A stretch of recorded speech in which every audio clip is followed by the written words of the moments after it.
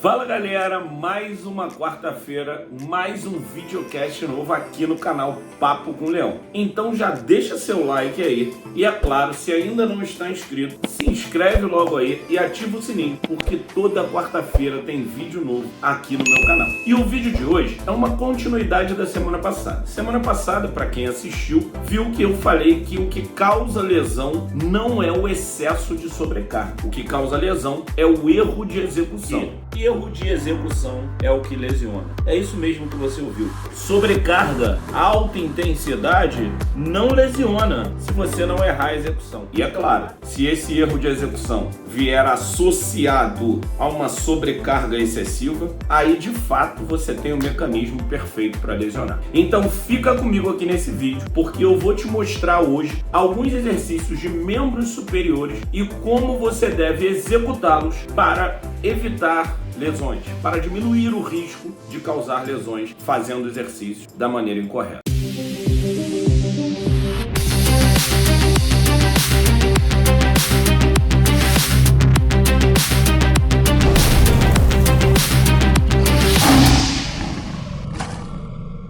Bom, assim como eu fiz na semana passada, eu vou falar de 3 situações diferentes. E aí, o que tiver de dúvida em relação a exercícios de membros superiores que eu não tenha dito aqui, você pode perguntar nos comentários, porque eu vou tirar a sua dúvida, vou responder e vou te mostrar a maneira correta de executar aquele exercício que você ainda tem dúvida.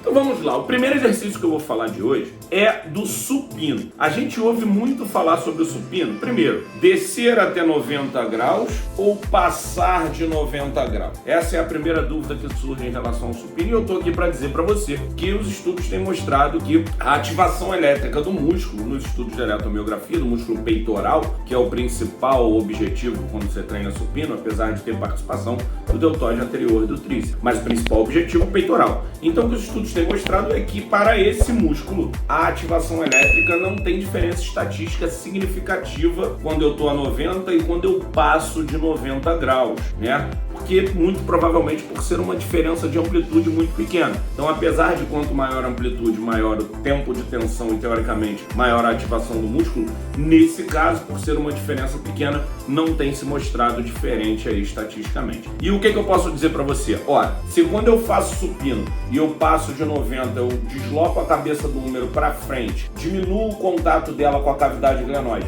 e com isso aumento a possibilidade de desenvolver ali uma luxação anterior, eu digo para você que analisando o custo-benefício é mais interessante descer até 90 graus e manter o músculo ativo. Fora o detalhe de que tem algumas pessoas que quando passam de 90 ainda dão aquela apoiadazinha na barra no peito, né? E dá um impulsozinho. E isso aí de alguma maneira interrompe o tempo de tensão. Então, nesse caso específico, a melhor opção para evitar lesões é descer ali até 90 graus. E uma outra situação do supino, que eu não posso deixar de falar com vocês, não envolve lesão, mas envolve dúvida, é para de pensar que o supino inclinado é para a parte de cima do ombro e supino reto para a parte de baixo. Isso não tem nada a ver com nada. Não existe essa divisão na hora de treinar. O que existe é que no supino inclinado você tem uma ativação maior dos deltoides, né, como motores primários ali auxiliando o peitoral, e você tem no reto ali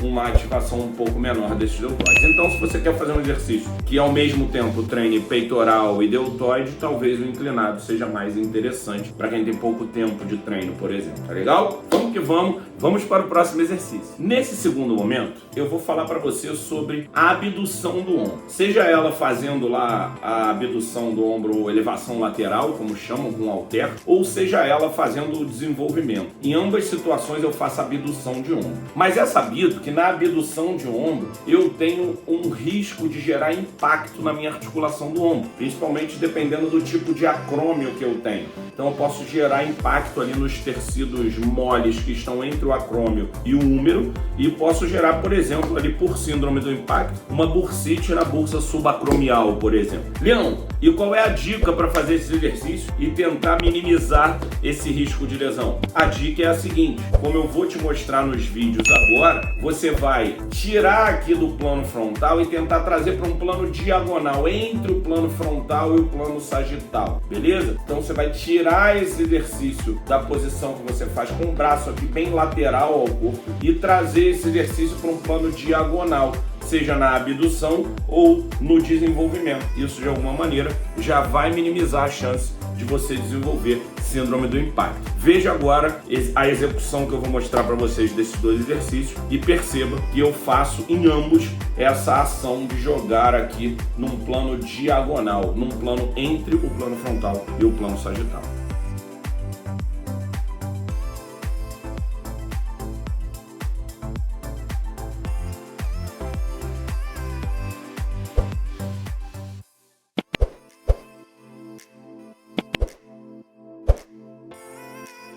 Dica de ouro e que pode fazer com que você não desenvolva lesão de ombro treinando esses dois exercícios que acabam deixando o nosso ombro em risco. Vamos para o terceiro, porque eu disse que eram 3 dicas hoje. Bom, galera, e a terceira dica está acerca da puxada. A puxada no pulley, né? A primeira polêmica é puxada por trás ou puxada pela frente. Não tem, de cara eu já falo para você que não tem muito estudo falando sobre isso, mas os estudos que tem, por exemplo, comparando ali a ativação dos músculos pro latíssimo do dorso, que normalmente, né, a asa é o foco principal ali de quem está treinando, não tem diferença estatística fazer por trás ou pela frente. A diferença está pro trapézio. Na puxada por trás, você tem uma ativação um pouco maior do trapézio. Então, na minha opinião, por exemplo, não justificaria fazer uma puxada por trás, uma vez que alguns estudos mostram também que você só consegue fazer uma puxada por trás tendo menos risco de se lesionar se você tiver uma boa amplitude de movimento ali, uma boa mobilidade na articulação do ombro, né?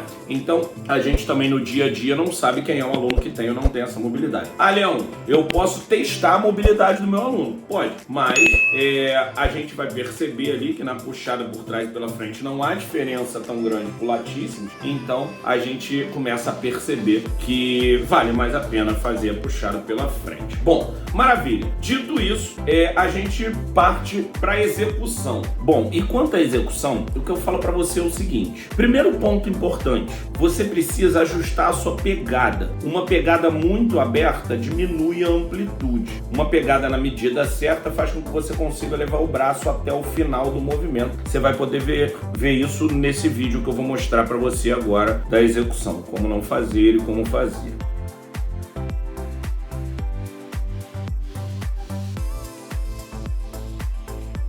Bom, assistiu ao vídeo? Agora, vamos falar de um segundo detalhe importante. Quando eu desço esse meu braço, eu não devo descer esse braço e muito menos inclinar o meu corpo para trás, porque senão eu mudo o movimento que eu estou fazendo. Quando eu inclino para trás, eu estou fazendo abdução horizontal. Aqui eu estou fazendo adução, vira outro exercício. Fora o risco de gerar um impacto ali na tua coluna, que é muito maior, esse risco de lesão. Então, nesse caso, eu devo manter o tronco ereto e trazer a barra até o lado do corpo.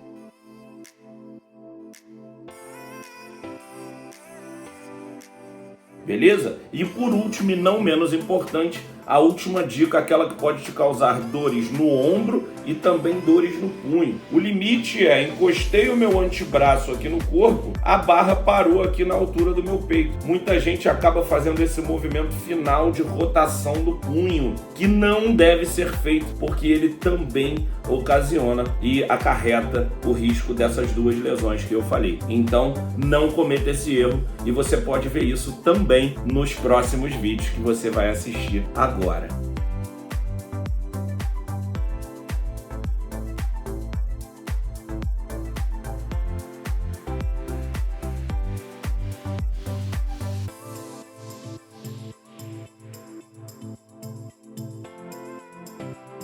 Bom, e aí?